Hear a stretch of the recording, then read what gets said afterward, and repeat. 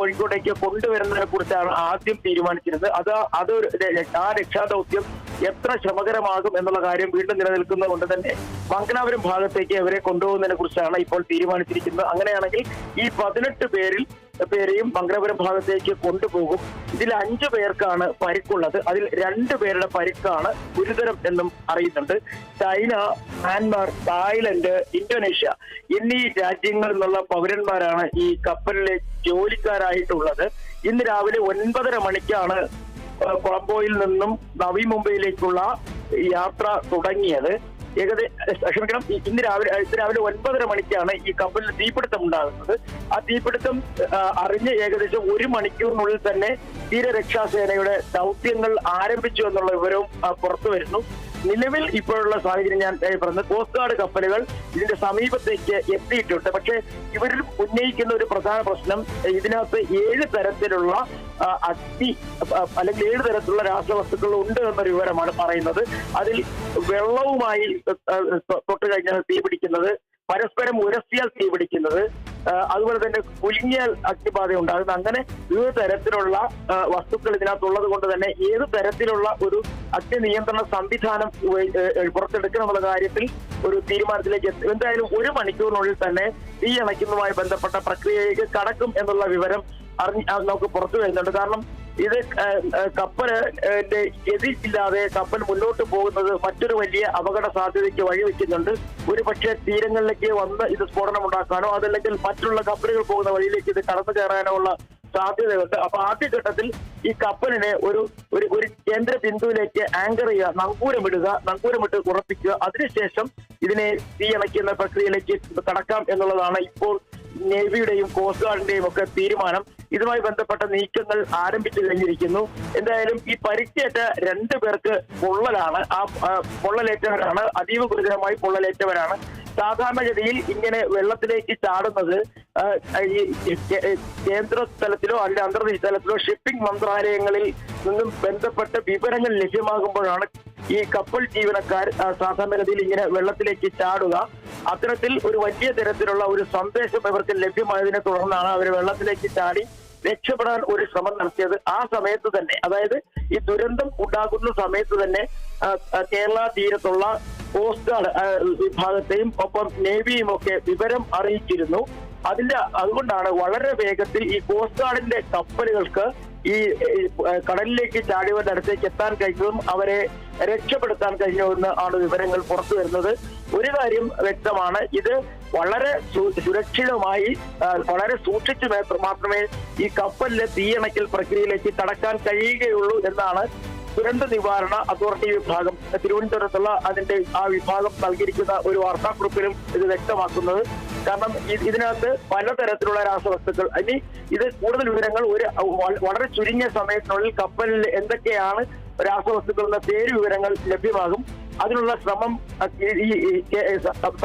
കേന്ദ്ര ഷിപ്പിംഗ് മന്ത്രാലയം ഇവരുടെ മദർഷിപ്പുമായി ബന്ധപ്പെട്ടുകൊണ്ടിരിക്കുകയാണ്. അങ്ങനെയാണെന്നുണ്ടെങ്കിൽ ആ രാസവസ്തുക്കൾ ഏതൊക്കെയാണ്, ഏത് തരത്തിലുള്ള ഒരു രക്ഷാപ്രവർത്തനം നടത്തിയാൽ ഇത് മറ്റു തരത്തിലുള്ള പാരിസ്ഥിതിക പ്രശ്നമില്ലാതെ തീ ശമിപ്പിക്കാൻ കഴിയും എന്നുള്ള വിവരത്തെക്കുറിച്ചും നമുക്ക് വ്യക്തമാവും. എന്തായാലും ഇപ്പോഴും കണ്ടെയ്നറിനുള്ളിൽ തീ പടരുന്നു, കണ്ടെയ്നറിനകത്ത് നിന്നൊക്കെ പലതരത്തിലുള്ള സ്ഫോടന ശബ്ദങ്ങളും തീയും ഉണ്ടാകുന്നു എന്നുള്ള വിവരം ഈ അവസാന നിമിഷം വരെയും കോസ്റ്റ് ഗാർഡ് പുറത്തുവിടുന്നുണ്ട്. അതേസമയം നേവിയുടെ മുങ്ങിക്കപ്പൽ ഉൾപ്പെടെയുള്ള സ്ഥലത്തേക്ക് നീങ്ങാനൊരു ശ്രമം നടത്തിയെങ്കിലും ഈ അപകട സാധ്യത ഉള്ളത് കൊണ്ട് തന്നെ ഒരു ദൂരം പാലിച്ച് നിൽക്കാനൊരു നിർദ്ദേശം നൽകിയിട്ടുണ്ട്. അതേസമയം കോസ്റ്റ് ഗാർഡിന്റെ കപ്പലുകളും ഡോണിയർ വിമാനങ്ങളും കപ്പലിന്റെ സമീപത്തേക്ക് എത്തിക്കൊണ്ടിരിക്കുകയാണ്. ഈ കപ്പലിന് തീ അണച്ചുകൊണ്ട് അതിനകത്തുള്ള ക്യാപ്റ്റൻ ഉൾപ്പെടെ ഉള്ളവരെ ഉണ്ട് എന്നുള്ള ഒരു സംശയം ബലപ്പെട്ടിട്ടുണ്ട്. അതുകൊണ്ട് തന്നെ അവരെ പുറത്തേക്ക് കൊണ്ടുവരിക എന്നൊരു നിർദ്ദേശം വന്നിരിക്കുന്നു. ആ തരത്തിലുള്ള നീക്കം നടക്കുന്നുണ്ട്. നേരത്തെ 18 പേർക്ക് പരിക്കുപറ്റി എന്നറിഞ്ഞപ്പോഴേക്കും ബേപ്പൂരിലും അതുപോലെ തന്നെ അഴീക്കലിലുമൊക്കെ രക്ഷാദൗത്യത്തിനുള്ള സംവിധാനങ്ങൾ ഒരുക്കിയിരുന്നു. എറണാകുളത്തും ഒരുക്കിയിരുന്നു. ഈ പരിക്ക് പറ്റിയവരെ ഏതെങ്കിലും വിധേയരെ ഇങ്ങോട്ട് എത്തിച്ചു കഴിഞ്ഞാൽ അവരെ വിവിധ ആശുപത്രികളിൽ എത്തിക്കുന്നതിന് വേണ്ടിയുള്ള സംവിധാനങ്ങൾ ഒരുക്കിയിരുന്നു. കോഴിക്കോട്ടുള്ള സ്വകാര്യ ആശുപത്രികളിൽ ഉൾപ്പെടെ വലിയ തരത്തിലുള്ള ഈ പൊള്ളലേൽക്കുന്നവരെ ചികിത്സിക്കുന്നതിന് ആവശ്യമായ സൗകര്യങ്ങളെല്ലാം തന്നെ അവിടെയും സജ്ജമാക്കിയിരുന്നു. നിലവിൽ ഇപ്പോൾ നമുക്ക് കിട്ടുന്ന വിവരമനുസരിച്ച് അടിയന്തര ചികിത്സ നൽകുന്നതിനും കൃത്യമായ ചികിത്സകൾ ലഭ്യമാക്കുന്നതിനും മംഗലാപുരത്ത് സംവിധാനങ്ങൾ ഉള്ളത് കൊണ്ട് തന്നെ അങ്ങോട്ടേക്കാണ് ഇപ്പോൾ ഈ കോസ്റ്റ് ഗാർഡ് ഷിപ്പ് നീങ്ങുന്നത് എന്നുള്ള ഒരു വിവരം നമുക്ക് ലഭിക്കുന്നു. കാരണം ഇനി മംഗലാപുരം തീരത്തേക്ക് ഈ കപ്പൽ അടുപ്പിക്കാൻ കഴിയും. അങ്ങനെയാണെന്നുണ്ടെങ്കിൽ അവരെ വേഗത്തിൽ തന്നെ പുറത്തേക്ക് കൊണ്ടുപോകാൻ കഴിയും. അതീവ ഗുരുതരമായ പരിക്കേറ്റവരെ ഏതെങ്കിലും കാരണവശാൽ എയർലിഫ്റ്റ് ചെയ്യുന്നതിനെ കുറിച്ചും ആലോചിച്ചുകൊണ്ടിരിക്കുകയാണ്. കാരണം ഇവരുടെ പൊള്ളൽ വലിയ തരത്തിൽ വലുതാണ് എന്നുള്ള വിവരമാണ് നമുക്ക് ലഭിക്കുന്നത്. എന്തായാലും കോസ്റ്റ് ഗാർഡും നേവിയും ഈ ഭാഗത്തേക്ക് എത്തിക്കൊണ്ടിരിക്കുകയാണ്. വളരെ ചുരുങ്ങിയ സമയത്തിനുള്ളിൽ തന്നെ തീ അണയ്ക്കുന്ന പ്രക്രിയയിലേക്ക് കടക്കും.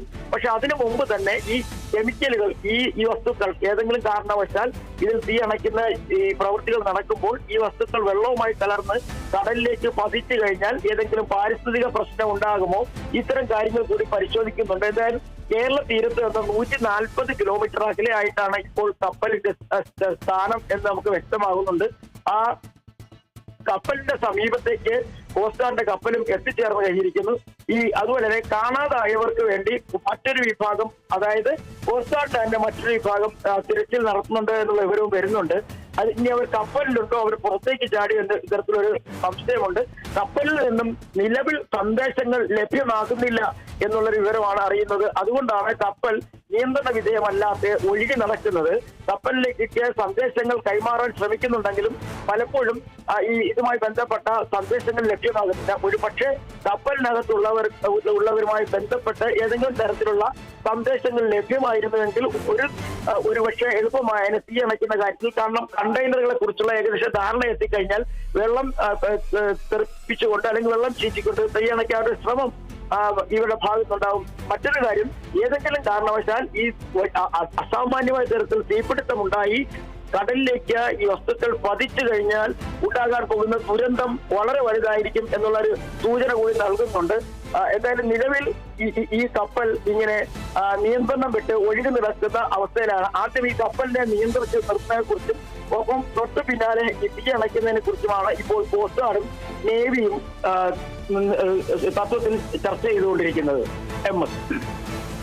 ഡി ബിനോയ് സൂചിപ്പിച്ച 3 പ്രധാനപ്പെട്ട കാര്യങ്ങളിൽ ഒന്ന് എന്ന് പറയുന്നത് ഈ കപ്പൽ നിയന്ത്രണം നഷ്ടപ്പെട്ട് ഒഴുകി നടക്കുന്ന ഒരവസ്ഥയാണ് എന്ന് സൂചിപ്പിച്ചു. അതേസമയം കപ്പലിലെ ക്യാപ്റ്റൻ കപ്പലിൽ തന്നെ ഉണ്ട്. അദ്ദേഹത്തിന് എത്രത്തോളം പരിക്കുണ്ട്, പൊള്ളലേറ്റിട്ടുണ്ടോ, അദ്ദേഹത്തിന് കപ്പൽ നിയന്ത്രിക്കാവുന്ന ഒരവസ്ഥ ഇപ്പോൾ ഉണ്ടോ എന്നതടക്കമുള്ള കാര്യങ്ങൾ നമ്മൾക്ക് ഇവിടെ നിന്ന് പറയാൻ കഴിയില്ല. അപ്പോൾ കപ്പലിൻ്റെ നിയന്ത്രണം നഷ്ടപ്പെട്ടു എന്ന് പറയുമ്പോൾ തന്നെ അത് പൂർവ്വസ്ഥിതിയിലാക്കാൻ കഴിയാത്ത രീതിയിൽ സാങ്കേതികമായ തകരാറുകൾ ഒരു പക്ഷേ സംഭവിച്ചിട്ടുണ്ടാവാം. അതുകൊണ്ടായിരിക്കാം കപ്പലിനെ നിയന്ത്രണ വിധേയമാക്കാൻ കഴിയാത്തത്.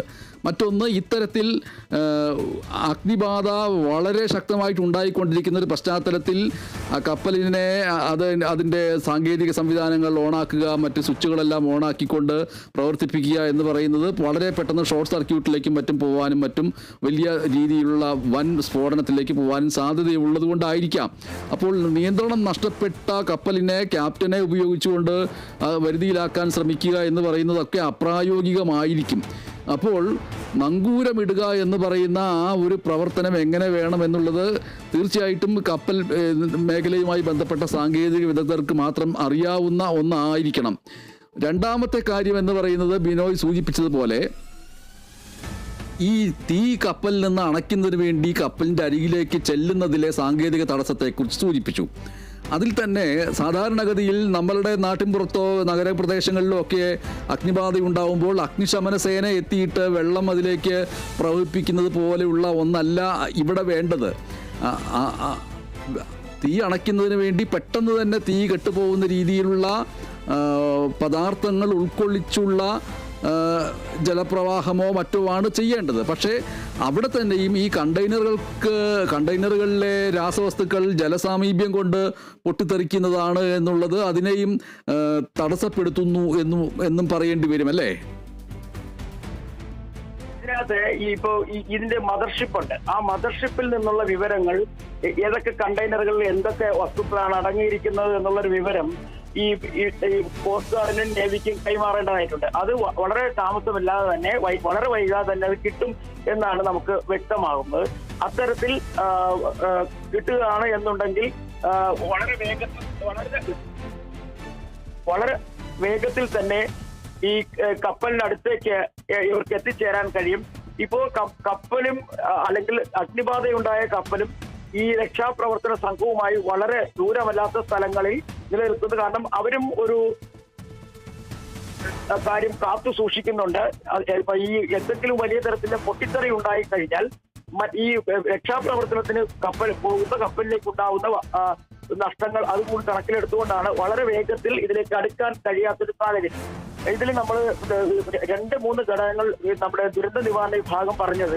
സാധാരണഗതിയിൽ ഇത്തരം ഈ രാസവസ്തുക്കൾ, അതായത് ഈ വളരെ വേഗത്തിൽ പൊട്ടിത്തെറിക്കാൻ സാധ്യതയുള്ള രാസവസ്തുക്കൾ ഇങ്ങനെ കടൽ മാർഗം കൊണ്ടുപോകുന്ന പതിവുണ്ട്. ഇതിൽ എങ്ങനെയാണ് അഗ്നിബാധ ഉണ്ടായത് എന്നുള്ള കാര്യത്തെ കുറിച്ചാണ് ഇപ്പോൾ അവർ ഒരു സംശയം ഉയർന്നത്. കാരണം അപ്പർ ഡക്കിൽ ഏറ്റവും മുകളിലായി സൂക്ഷിച്ചിരുന്ന വസ്തുക്കളിലാണ് ആദ്യം അഗ്നിബാധ ഉണ്ടാകുന്നത്.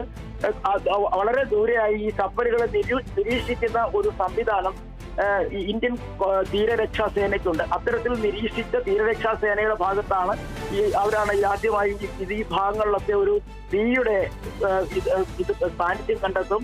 അവർ പിന്നീട് ആ കപ്പലുമായി ബന്ധപ്പെട്ടുകൊണ്ട് വിവരങ്ങൾ അറിയിക്കുകയും ചെയ്തത്. ഞാൻ ഒരിക്കൽ കൂടി നേരത്തെ പറഞ്ഞിരുന്ന കാര്യം പറയാം. സാധാരണഗതിയിൽ കപ്പൽ എന്തെങ്കിലും ഒരു പ്രതിസന്ധി ഉണ്ടായിക്കഴിഞ്ഞാൽ വേഗത്തിൽ ആരും തന്നെ അതിലെ ജീവനക്കാരോ ക്യാപ്റ്റനോ ഒന്നും തന്നെ പുറത്തേക്ക് ചാടാറില്ല. അപ്പൊ ഏതെങ്കിലും കാരണവശാൽ വലിയ തരത്തിലുള്ള പൊട്ടിത്തെറികളോ അപായ സൂചനകളോ ഷിപ്പിംഗ് മന്ത്രാലയങ്ങളിൽ നിന്നോ അല്ലെങ്കിൽ കോസ്റ്റ് ഗാർഡിൽ നിന്നോ അല്ലെങ്കിൽ ഒറ്റ വിഭാഗങ്ങളിൽ നിന്നോ ലഭ്യമായാൽ മാത്രമേ അവരിങ്ങനെ കപ്പലിൽ നിന്ന് പുറത്തേക്ക് ചാടാറുള്ളൂ. ഇത് അഗ്നിബാധ ഉണ്ടായി ഏകദേശം 1 മണിക്കൂറിനുള്ളിൽ തന്നെ ഇവർ കപ്പലിൽ നിന്നും പുറത്തേക്ക് ചാടി എന്നുള്ള വിവരങ്ങളാണ് നമുക്ക് ലഭിക്കുന്നത്. ആ ചാടിയ സമയത്ത് തന്നെ കോസ്റ്റ് ഗാർഡിന്റെ അല്ലെങ്കിൽ തീരരക്ഷാ സേനയുടെ കണ്ണിൽപ്പെടുകയും ഇവരെ എല്ലാം രക്ഷിക്കുകയും ചെയ്തിരിക്കുന്നു. ഇതിൽ നമ്മൾ മനസ്സിലാക്കേണ്ടത് ഈ തീപിടുത്തം ഉണ്ടായപ്പോ സമയത്ത് പരിക്ക് പറ്റിയവർ, അത് ഇതിൽ 2 പേർക്ക് പൊള്ളലാണ് എന്നുള്ള വിവരമാണ് നമുക്ക് ലഭ്യമാകുന്നത്. അത് സീവിയർ ബേണിംഗ് എന്നാണ് പറയുന്നത്. അങ്ങനെ വലിയ പൊള്ളലാണ് എന്ന് പറയുന്നുണ്ട്. അങ്ങനെ ഒരു സാഹചര്യത്തിൽ ഇവരെ കേരള തീരത്തേക്ക് കൊണ്ടുവരുന്നതിനുള്ള ചില സാങ്കേതിക പ്രതിസന്ധി ഉള്ളത് കൊണ്ടാണ്. എങ്കിൽ തന്നെയും ബേപ്പൂരിലും അഴീക്കിലും നിലവിലെ സംവിധാനം തുടരുക എന്നൊരു നിർദ്ദേശം, അതായത് ഒരു പക്ഷേ പുറംകടലിൽ എവിടെയെങ്കിലും ഈ തീരരക്ഷാ സേനയുടെ കപ്പലുകൾ ടച്ച് ചെയ്തുകൊണ്ട് അല്ലെങ്കിൽ അവിടെ നിർത്തിക്കൊണ്ട് അവിടെ നിന്നും ആളുകളെ തീരത്തേക്ക് എത്തിക്കുന്നതിനെ കുറിച്ചും ആലോചിക്കുന്നുണ്ട്. കാരണം മംഗലപുരത്തേക്ക് ഏകദേശം 1.5-2 മണിക്കൂർ കൊണ്ട് എത്തിച്ചേരാൻ കഴിയും എന്നാണ് ഈ നാവികസേന ഉദ്യോഗസ്ഥർ പറഞ്ഞത്. കാരണം ഈ കപ്പൽ ദുരന്തമുണ്ടായിരിക്കുന്ന സ്ഥലത്ത് നിന്നും ഏകദേശം 1.5 മണിക്കൂർ കൊണ്ട് യാത്ര എത്താൻ കഴിയുമെന്ന പ്രതീക്ഷ ഈ കോസ്റ്റ് ഗാർഡ് ഉദ്യോഗസ്ഥരും പങ്കുവയ്ക്കുന്നുണ്ട്. അങ്ങനെയാണെന്നുണ്ടെങ്കിൽ അവിടേക്ക് അതല്ല എന്തെങ്കിലും മറ്റു തരത്തിലുള്ള തടസ്സങ്ങൾ, പ്രത്യേകിച്ചും കാലാവസ്ഥാ പ്രശ്നങ്ങളോ എന്തെങ്കിലും ഉണ്ടെങ്കിൽ ബേപ്പൂർ തീരത്തേക്ക് മറ്റൊരിടത്തേക്ക് കൊണ്ടുവരേണ്ടി വരും. പക്ഷെ ഈ 2 തീരങ്ങളിലും അടുക്കാൻ കഴിയാത്തതിനേക്കാൾ വലിയ കപ്പലുകൾ ആണ് ഉള്ളത് കൊണ്ടാണ് മംഗലപുരത്തേക്ക് കൊണ്ടുപോകാൻ തീരുമാനിച്ചിരിക്കുന്നത്. എന്തായാലും വലിയ തരത്തിലുള്ള ഒരു കപ്പൽ ദുരന്തം എന്ന് തന്നെയാണ് ഇപ്പോൾ നമുക്ക് ലഭിക്കുന്ന വിവരം. കാരണം ഇത് സംബന്ധിച്ച് ഒരു കാര്യം കൂടി പുറത്തു വരുന്നുണ്ട്. ഈ കപ്പലിൽ യാത്ര പുറപ്പെട്ട സമയവും നാളെ എത്തിച്ചേരേണ്ട സമയമെല്ലാം കൃത്യമായിരുന്നെങ്കിൽ പോലും ഇതിൽ ഏതു തരത്തിലുള്ള അഗ്നിബാധ എങ്ങനെ ഉണ്ടായി എന്നുള്ള കാര്യത്തെ കുറിച്ചാണ് ഒരു അവ്യക്തത നിലനിൽക്കുന്നത്. സാധാരണഗതിയിൽ ഇത്തരത്തിൽ ഈ രാസവസ്തുക്കൾ, പെട്ടെന്ന് അഗ്നിബാധ ഉണ്ടാക്കുന്ന രാസവസ്തുക്കൾ വളരെ ശ്രദ്ധയോടുകൂടിയാണ് കടൽ മാർഗം കൊണ്ടുപോകാറുള്ളത്. ഇവിടെ എങ്ങനെയാണ് ഇത്തരത്തിലൊരു അഗ്നിബാധ ഉണ്ടായതെന്ന കാര്യത്തെ കുറിച്ചൊക്കെ ചില സംശയങ്ങൾ ഉയരുന്നുണ്ട്. ഇതൊക്കെ സംബന്ധിച്ച കാര്യങ്ങളൊക്കെ വരും സമയങ്ങളിൽ കോസ്റ്റ് ഗാർഡോ നേവിയോ ഒക്കെ നടത്തുന്ന അന്വേഷണത്തിന് ശേഷം മാത്രമേ പുറത്തേക്ക് വരികയുള്ളൂ. എന്തായാലും കപ്പലിന്റെ ഏറ്റവും മുകളിൽ സൂക്ഷിച്ചിരുന്ന മധ്യഭാഗത്തായി ഉണ്ടായിരുന്ന കണ്ടെയ്നറുകൾക്കാണ് അഗ്നിബാധ ഉണ്ടായത്. അതേ തുടർന്ന് ആ കപ്പലിലെ ജീവനക്കാർക്ക് ലഭിച്ച നിർദ്ദേശത്തിന്റെ അടിസ്ഥാനത്തിലാണ് കവചങ്ങൾ ധരിച്ചുകൊണ്ട് രക്ഷപ്പെടുന്നതിന് വേണ്ടി വെള്ളത്തിലേക്ക് ചാടിയതെന്നുള്ള വിവരമാണ് നമുക്ക് നമ്മുടെ സംസ്ഥാന ദുരന്ത നിവാരണ വിഭാഗത്തിൽ നിന്നും ലഭ്യമാകുന്നത്. എന്തായാലും വലിയ താമസമില്ലാതെ കപ്പലിലെ രാസവസ്തുക്കൾ ഏതൊക്കെ എന്നുള്ള ഒരു വിവരത്തെ കുറിച്ച് വ്യക്തമായൊരു രൂപരേഖ ലഭ്യമാകും. അതനുസരിച്ചായിരിക്കും അടുത്ത തീരരക്ഷാ സേനയുടെയും ഒപ്പം തന്നെ ഡോണിയർ വിമാനങ്ങളുടെയും നേവിയുടെയും നീക്കം. അതല്ലാതെ വളരെ ചടുലമായി ഇപ്പോൾ ചെന്ന് ഒന്നും ചെയ്യാത്ത ഒരു സ്ഥിതിവിശേഷം. അതാണ് ഞാൻ നേരത്തെ പറഞ്ഞത്. ഈ രാസവസ്തുക്കളുടെ സ്വഭാവത്തെ കുറിച്ചൊരു വ്യക്തത ഇനിയും ഈ സംഘത്തിന് ലഭിക്കേണ്ടതായിട്ടുണ്ട്. അത് കിട്ടുന്ന മുറയ്ക്ക് രക്ഷാപ്രവർത്തനത്തിലേക്കും കപ്പലിനെ തീയണയ്ക്കുന്നതിലേക്കും നീങ്ങും. ഇനി ഈ രാസവസ്തുക്കൾ 140 കിലോമീറ്റർ അകലെയായിട്ടുള്ള കപ്പലിലാണ് കിടക്കുന്നത്. അവിടെ ഒരു വലിയ തരത്തിലെ ഒരു സ്ഫോടനം അല്ലെങ്കിൽ ഒരു വലിയ തീപിടുത്തമുണ്ടായ കപ്പൽ പൂർണ്ണമായി കത്തി നശിക്കുകയാണെങ്കിൽ ഉണ്ടാകാൻ പോകുന്ന അഗ്നിബാധ ചെറുതല്ല, വളരെ വലുതാണ് എന്നുള്ളതാണ് പരിസ്ഥിതി വിദഗ്ധരും പറയുന്നത്. അതായത് ഏത് നിമിഷം എപ്പോഴും തീപിടിക്കാൻ സാധ്യതയുള്ള ദ്രാവക രൂപത്തിലുള്ള വസ്തുക്കളാണ് ഈ കണ്ടെയ്നറുകളിൽ ഉള്ളത്. അതുകൊണ്ട് തന്നെ അവയെ വളരെ സൂക്ഷ്മതയോടുകൂടി കൈകാര്യം ചെയ്യണം എന്നൊരു നിർദ്ദേശം കോസ്റ്റ് ഗാർഡ് ലഭിച്ചിട്ടുണ്ട്. അതിന്റെ അടിസ്ഥാനത്തിലാണ് കോസ്റ്റ് ഗാർഡ് ഇപ്പോൾ ഒരു ദൂരം പാലിച്ചുകൊണ്ട് നിൽക്കുന്നത്. എന്തായാലും അത്തരത്തിൽ ഒരു നിർദ്ദേശം കിട്ടിയത് കൊണ്ട് തന്നെ വളരെ വേഗത്തിൽ അതിനകത്തുള്ള കെമിക്കലുകൾ ഏതൊക്കെ കണ്ടെയ്നറുകളിലാണ് ഈ രാസവസ്തുക്കൾ ഇരിക്കുന്നത്, അത്തരം കാര്യങ്ങൾ തിരിച്ചറിയാൻ ഉടൻ തന്നെ ഈ തീ അണയ്ക്കൽ ഈ പ്രക്രിയയിൽ കടക്കും എന്നാണ് ഇപ്പോൾ നമുക്ക് തീരരക്ഷാ സേനയുടെ ഉദ്യോഗസ്ഥരിൽ നിന്ന് നമുക്ക് മനസ്സിലാക്കാൻ കഴിയുന്നത്. ശരി ഡി ബിനോയ്, അബിന ചേരുന്നു കോഴിക്കോട്ട് ബേപ്പൂരിൽ നിന്ന്. അബിന, ബേപ്പൂർ തുറമുഖം ഇതുമായി ബന്ധപ്പെട്ട എല്ലാ കാര്യങ്ങളെയും നേരിടാൻ പാകത്തിന് ഇപ്പോൾ